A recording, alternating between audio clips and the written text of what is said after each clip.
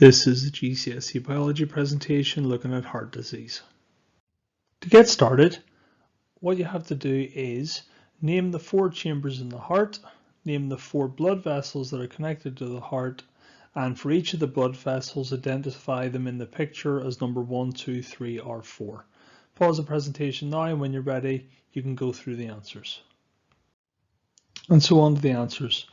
The 4 chambers in the heart, remember they've each got their own name. So you can talk about the top half and the bottom half in terms of atriums and ventricles, but you also need to refer to the left and right side. So remember it's right and left atrium and right and left ventricle. And make sure you label them in reverse so you get it the right way down when you're talking about it in the exam. There are 4 blood vessels. The 4 blood vessels are the pulmonary artery, the pulmonary vein, the aorta, and the vena cava. In terms of which blood vessel matches which number, well, the pulmonary artery, pulmonary means lung, artery means away, so it is the blood vessel that is carrying blood away from the heart to the lung, which is number 2. The pulmonary vein carries blood into the heart as it's a vein, and pulmonary means lung, so it's bringing blood from the lung into the heart, and it is number 4. The aorta is the main artery by which all the blood leaves to circulate around the body and is connected to the left ventricle, which means it's number 3. And the vena cava is the vein that brings all the blood back into the heart and is connected to the right atrium, hence it is number 1.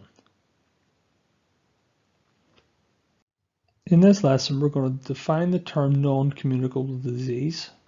We're going to look at methods of treating cardiovascular disease, and we're going to look at evaluating those methods. It is worth noting in the exam, these type of questions are often associated with tables and charts that you have to interpret, as well as apply the knowledge that you should learn from this presentation. A non-communicable disease, well, a communicable disease is one that's spread by a pathogen and can be spread by one person to another person. It's what we refer to as contagious.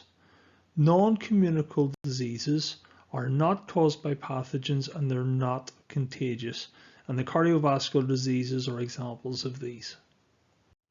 Coronary heart disease is an example of a cardiovascular disease, and it's resulting from cholesterol, what we call bad cholesterol, because there is some cholesterol that your body needs, which is the good cholesterols, and the bad cholesterol essentially builds up inside the blood vessels in the coronary arteries, and it causes a blockage.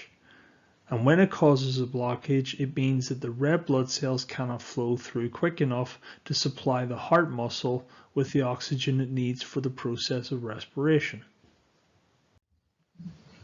As a result of this reduced flow of oxygen, you can end up with chest pains, and eventually it can lead to a heart attack. A heart attack can then lead on to heart muscle damage and can even result in the death of heart muscle or even the entire heart itself. To treat coronary heart disease, there are 2 main methods. The first one is a stent. The second one is a statin. A stent, if you look at the white at the bottom diagram, it's a mesh made of wire, specifically an alloy, so it's a mixture of metals.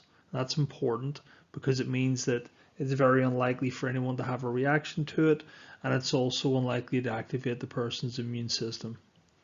And it basically spring loads and opens up so that it holds the blood vessel open and stops it collapsing.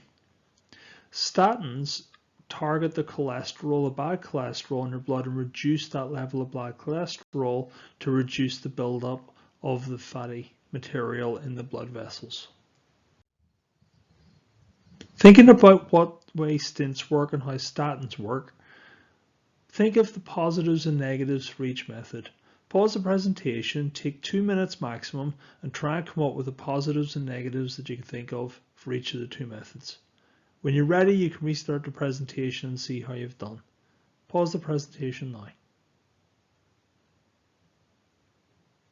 Well, in terms of positives and negatives of stents, we can have several positives to them. Most important to remember is they're not actually a major surgery. They can be done very, very easily and very, very low risk in the procedure. They do offer a long-term solution, and in many cases they can be used whenever drugs will have little effect. There are some downsides because the procedure does have a risk of bleeding and even a heart attack, so there are definitely some risks. In terms of statins, obviously giving drugs is an issue for some groups of people. For example, those who are pregnant, those who are breastfeeding, and those with liver disease cannot take statins. We also, as with all drugs, can have serious side effects, and as a consequence, some people decide not to take them. On the upside, statins do actually target and reduce the risk of a heart attack, and we've even been found that there's potentially further uses for them in treating other diseases, for example, Alzheimer's. But with statins, you are on them for life. For some people, coronary heart disease leads to major damage of the heart, and as a consequence, their heart needs to be replaced.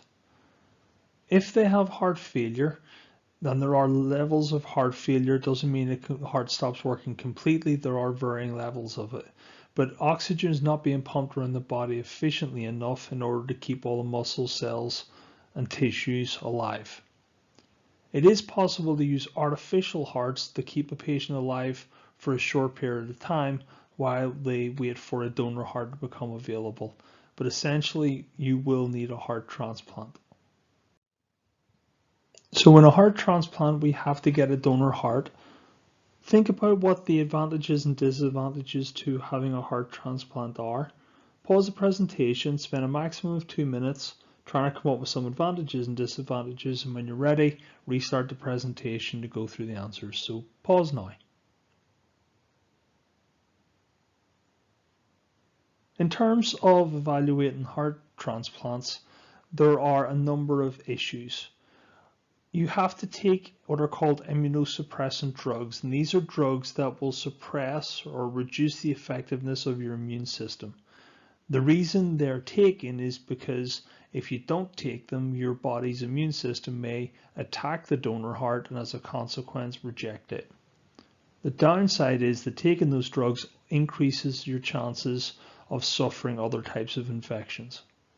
It also takes quite a long time to recover from surgery, and we're also very limited in the number of donor hearts available. It's a very expensive treatment. However, on the upside, after a heart transplant, the patient has a much more improved quality of life and life expectancy. There can also be problems with heart valves. Valves are the little things inside your heart between the atrium and ventricles that stop blood flowing backwards through the system. There's also valves found between the arteries and the ventricles, and again it stops blood flowing backwards through the heart. If they don't work properly and they don't fully open or don't fully close, then there are issues in terms of how efficiently the heart can pump blood around the body and supply of oxygen and glucose for respiration for cells. That can eventually lead to cell death. We can replace those valves with biological valves, most often from animals, or we can take them as mechanical valves. And both mechanical and biological valves will ensure that there's a normal blood flow. In terms of biological valves, there is the issue that they actually wear out and you may need to have surgery again at a later date to replace them. While mechanical valves last longer, they also require the use of anti-blood clotting drugs, because if you have a mechanical valve, it is possible that blood will stick to it, and as a consequence you can end up with clots. To finish off, all you have to do is try and identify the 10 most important words from the lesson. You can pick any science words you want, but you've got to try and prioritize them, and it's the 10 and only 10 most important words. What you can then do is try and rank those words in terms of importance for the exam.